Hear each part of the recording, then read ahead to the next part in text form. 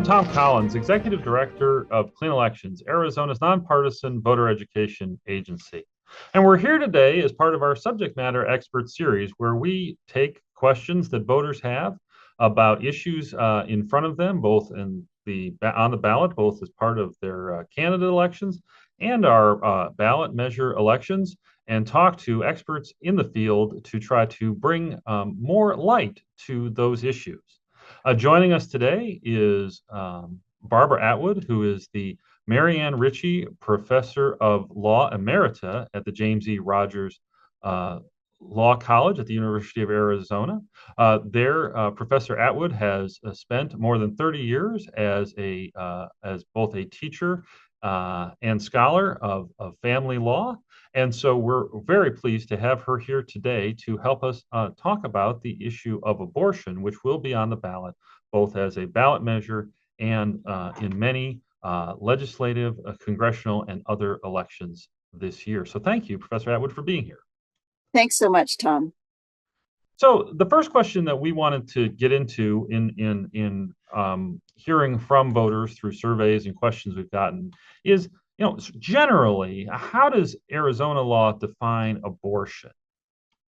Arizona law basically defines abortion as the intentional termination of a pregnancy by any means. So that would include abortion through surgical procedures and abortion medication.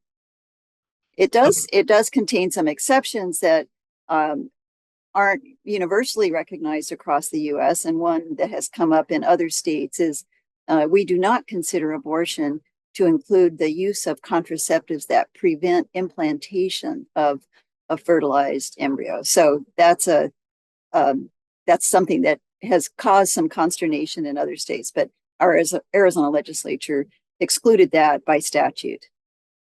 So one of the things that the legislature has done is passed what is referred to as a 15-week ban, which is to say that after 15 weeks of gestation, subject to narrow exceptions, abortion is illegal in Arizona. The Arizona Abortion Access Initiative, in contrast, uses a different standard for determining at what point after which abortion might be restricted. Can you compare and contrast those two approaches, one a firm time frame and one more of a standard? Sure. The 15-week law, of course, is measured very mathematically from the first day of the last menstrual period of the pregnant woman. And Arizona's proposed constitutional amendment uses the notion of fetal viability. Up through fetal viability, there is basically the constitutional amendment would prevent restrictions on access to abortion except for a compelling state interest.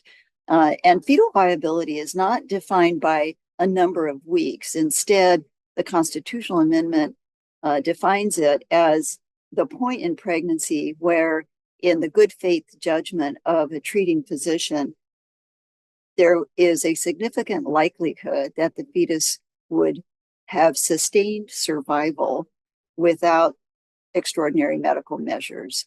And in real life terms, that generally is around 23 or 24 weeks of pregnancy. But it's an individualized determination that the proposed constitutional amendment focuses on, and it's the judgment of the treating physician. And after, let me just remind viewers that after that point of fetal viability under the constitutional amendment, abortion is available only to prevent the death of the pregnant person or to prevent significant harm to mental or physical health. And so that is a broader standard, but still quite narrow. It's a quite high standard. But broader than the availability of abortion post 15 weeks under the existing law in Arizona.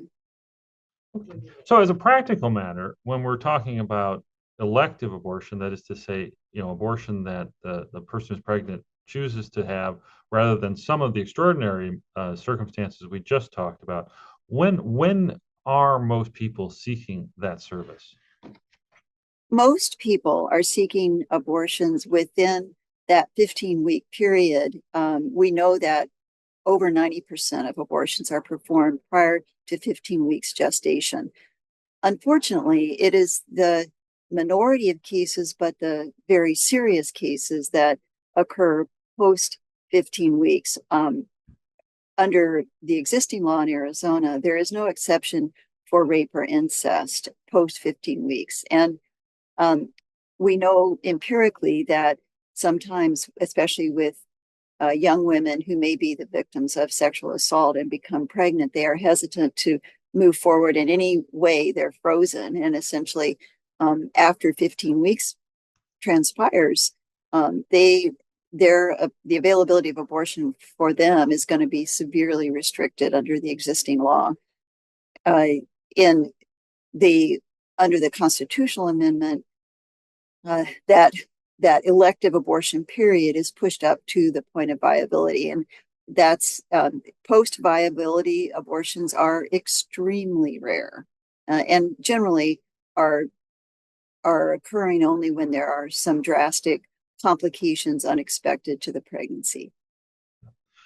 Then the last question that we wanted to focus on that comes from our voters around the state is, you know, are there changes to the current law in terms of government funding of abortion being contemplated either as a matter of the ballot measure discussion or as a matter of legislative or congressional debates that are ongoing?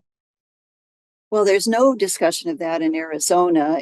I mean, that's not a part of the constitutional proposed amendment. And it's frankly, funding for abortion for elective abortions has not been available for many years in this state and under federal policy.